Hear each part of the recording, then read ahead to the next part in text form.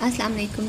आज हम स्टार्ट करेंगे प्रोटीन बायोमॉलिक्यूल्स में प्रोटीन को देखेंगे कि प्रोटीन्स क्या होती हैं, कहाँ कहाँ पे यूज़ होती हैं, इनका क्या क्या फंक्शन होता है, इसके अलावा ये इनकी कंपोजिशन क्या होती है और इनकी क्लासिफिकेशन क्या होती है। ये सब कुछ हम आज के लेक्चर में डिस्कस करेंगे। तो सबसे पहले तो हम प्रोटीन्स की इम्पोर्टेंस देख लेते हैं कि प्रोटीन्स को हम पढ़ क्यों लें। प्रोटीन्स होता है हमारी बॉडी का मेजर कॉन्स्टिट्यूएंट। हमारी बॉडी में जितनी भी चीज़ें मौजूद हैं उनमें से अगर हम ड्राई वेट लें यानी पानी को निकाल दें तो उसके अलावा 50% जो मैस है वो प्रोटीन से बना होता है। प्रोटीन हर जगह होती है। जैसे अगर हमारा सेल है तो उसकी मेम्ब्रेन्स में प्रोटीन है, हमारे सेल में एंटीबॉडीज़ हैं, हमारे सेल में जो एंजाइम्स हैं वो सब प्रोटीन के बने हुए हैं, हमारे मसल्स प्रोटीन के बने हुए हैं। इसके अलावा अगर हम बात करते हैं हमारे जो ऑर्गेनल्स हैं उनकी भी जो सेल मेम्ब्रेन्स हैं वो प्रोटीन की बनी हुई हैं। तो इस तरह हमें पता चल गया कि प्रोटीन का कहाँ कहाँ पे यूज़ है। बल्कि प्रोटीन्स की क्या कंपोजिशन है, मतलब ये हम इनको स्टडी क्यों कर रहे हैं।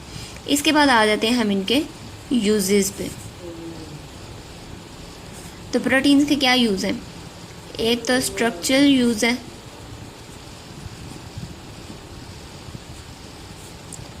ये कुछ अजीब सा ही हो गया। स्ट्रक्चरल यूज़ क्या है कि ये हमारे सेल की मेम्ब्रेन्स बनाते हैं, बल्कि हमारे जो ऑर्गन्स हैं या ऑर्गेनल्स हैं उनकी भी मेम्ब्रेन बनाते हैं। इसके बाद देखते हैं हम कि ब्लड कैरियर यानी कैरियर के तौर पे कैरियर्स क्या होते हैं जो एक जगह से चीज़ लेते हैं और दूसरी जगह पे पहुंचा देते हैं। अगर हम हीमोग्लोबिन की बात करें, ये हमारे पास हीमोग्लोबिन है फॉर एग्जांपल HB, ये एक प्रोटीन है। ये ऑक्सीजन के साथ बाइंड करता है और ऑक्सीजन को सेल्स, ये हमारे सेल्स हैं, इनके पास लाके ऑक्सीजन को छोड़ देता है। ऑक्सीजन सेल के अंदर चली जाती है और जो सेल में मौजूद कार्बन डाइऑक्साइड है वो HB के साथ बाइंड करती है और वो ले जाता है लंग्स के पास। इस तरह इसके अलावा आपने देखा होगा कि आपको जख्म कहीं पे कट लगे तो वहाँ पे कोई क्लॉट बन जाता है। तो क्लॉट कैसे बन जाता है। हमारे ब्लड में डिफरेंट प्रोटीन्स मौजूद हैं जो ब्लड क्लॉटिंग में हेल्प करती हैं। इसका मतलब कि ब्लड क्लॉटिंग में भी प्रोटीन्स का बहुत अहम रोल है। इसके बाद एंजाइम्स, हमारे बॉडी में जितने भी रिएक्शन हो रहे हैं वो पॉसिबल नहीं है अगर ये एंजाइम्स मौजूद ना हो। एंजाइम्स क्या करते हैं, एक्टिवेशन एनर्जी को कम कर देते हैं और रिएक्शन को पॉसिबल बनाते हैं। अगर एंजाइम्स ना हो तो हमारी बॉडी में कोई रिएक्शन भी नहीं होगा। और एंजाइम्स किस चीज़ के बने होते हैं, प्रोटीन्स के। इसके बाद एंटीबॉडीज़। एंटीबॉडीज़ का हमारी बॉडी में क्या फंक्शन है, डिफेंस का। हमारी बॉडी में कोई पैथोजन आ गया, पैथोजन को ये एंटीबॉडीज़ किल करेंगी। इसका मतलब ये हमें बीमारियों से भी बचाती हैं। और एंटीबॉडीज़ किस चीज़ की बनी होती हैं, प्रोटीन्स की। इसके बाद आपने देखा है ये पिछली क्लासेस में पढ़ा होगा कि यहाँ पे जो मेटाफेज होती है सेल के अंदर उसमें क्रोमोसोम्स अलाइन हो जाते हैं मेटाफेज प्लेट पे। ये जब अलाइन हो जाते हैं तो यहाँ पे कुछ स्पिंडल फाइबर्स होते हैं। वो क्या करते हैं, वो ये क्रोमाटिड्स को, सिस्टर क्रोमाटिड्स को सेपरेट करते हैं। तो वो जो स्पिंडल फाइबर्स हैं वो किस चीज़ के बने होते हैं, प्रोटीन्स के। अब इसके बाद ये हो गए कुछ यूजेस प्रोटीन्स के, यानी इम्पॉर्टेंस होगी प्रोटीन की कि ये हमारी बॉडी में कहाँ कहाँ इम्पॉर्टेंट है, कहाँ कहाँ इसका रोल है। इसके बाद आ जाते हैं हम प्रोटीन्स के साइज़ पे। साइज़ से पहले हमें ये जानने की ज़रूरत है कि प्रोटीन्स किससे बनी होती हैं, पॉलीपेप्टाइड चेन्स से।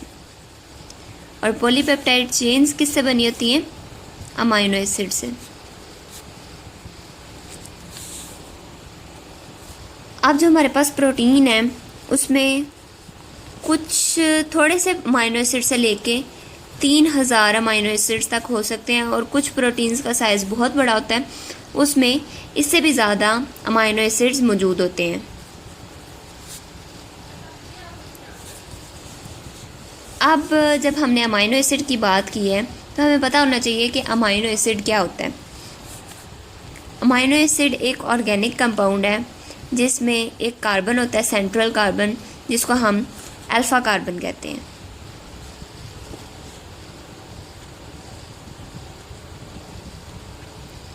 अल्फ़ा कार्बन, इसके साथ लगा होता है एक हाइड्रोजन, एक कार्बोक्सिलिक ग्रुप, एक अमाइनो ग्रुप, और इसके साथ एक आर। ये आर क्या है? Alkyl group. ये क्या क्या हो सकता है? ये हाइड्रोजन हो सकता है, मिथाइल हो सकता है, ईथाइल हो सकता है, प्रोपाइल हो सकता है। आगे जो सा है ये कार्बन नंबर्स वेरी कर सकते हैं इसमें। अब ये अमाइनो एसिड्स को देखते हैं हम कि ये एक दूसरे के साथ कैसे लिंक्ड होते हैं। अमाइनो एसिड्स लिंक्ड होते हैं पेप्टाइड बॉन्ड के थ्रू। अब पेप्टाइड बॉन्ड क्या होती है? जब दो अमाइनो एसिड्स मिलते हैं तो एक कंडेंसेशन रिएक्शन होता है। कंडेंसेशन रिएक्शन का क्या मतलब है? कि दो बड़े मॉलिक्यूल्स मिलते हैं, एक छोटा मॉलिक्यूल जैसे वाटर है रिलीज हो जाता है, और उसके रिजल्ट में क्या बन जाती है? एक बॉन्ड। दो बड़े मॉलिक्यूल्स के दरमियान क्या बन जाती है? बॉन्ड बन जाती है। अब देखते हैं कि वो बॉन्ड कैसे बनती है और क्या रिएक्शन होता है। ये है हमारे पास एक अमाइनो एसिड,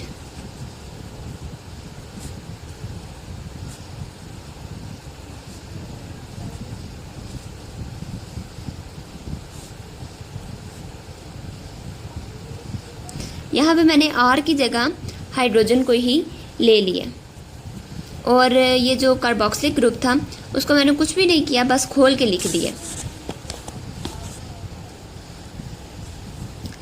और उसके साथ क्या रिएक्ट करेगा?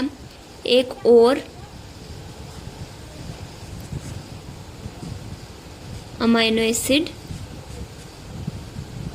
इसमें मैंने अमाइनो ग्रुप को लिख दिया है खोल के। ये NH2 था, NH मैंने इकट्ठा लिख दिया और हाइड्रोजन साथ सेपरेट लिख दिया। अब यहाँ से ये हाइड्रोक्सिल और ये हाइड्रोजन ये मिलेगा और वाटर की फॉर्म में रिलीज़ हो जाएगा, और बाकी जो भी रह जाएगा ये क्या है? NH2,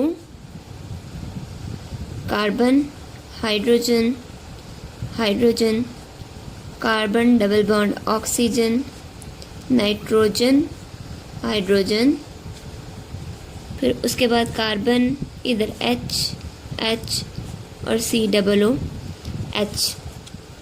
ये जो बॉन्ड है ये क्या बन गई? इसको हम क्या कहते हैं? ये क्या है? पेप्टाइड बॉन्ड या फिर पेप्टाइड लिंकेज। जो पूरी की पूरी प्रोटीन है, जो पूरी की पूरी चेन है प्रोटीन की, वो सारी की सारी इसी पेप्टाइड बॉन्ड से लिंक्ड होती है। अब दो अमाइनो एसिड्स, अगर हम ये जो R है इसको रिप्लेस कर दें हाइड्रोजन से, तो जो हमारे पास अमाइनो एसिड है वो होती है ग्लाइसिन। और अगर हम इसी R को रिप्लेस कर दें CH3 के साथ, तो हमारे पास जो अमाइनो एसिड है वो क्या है? Alanine, sorry.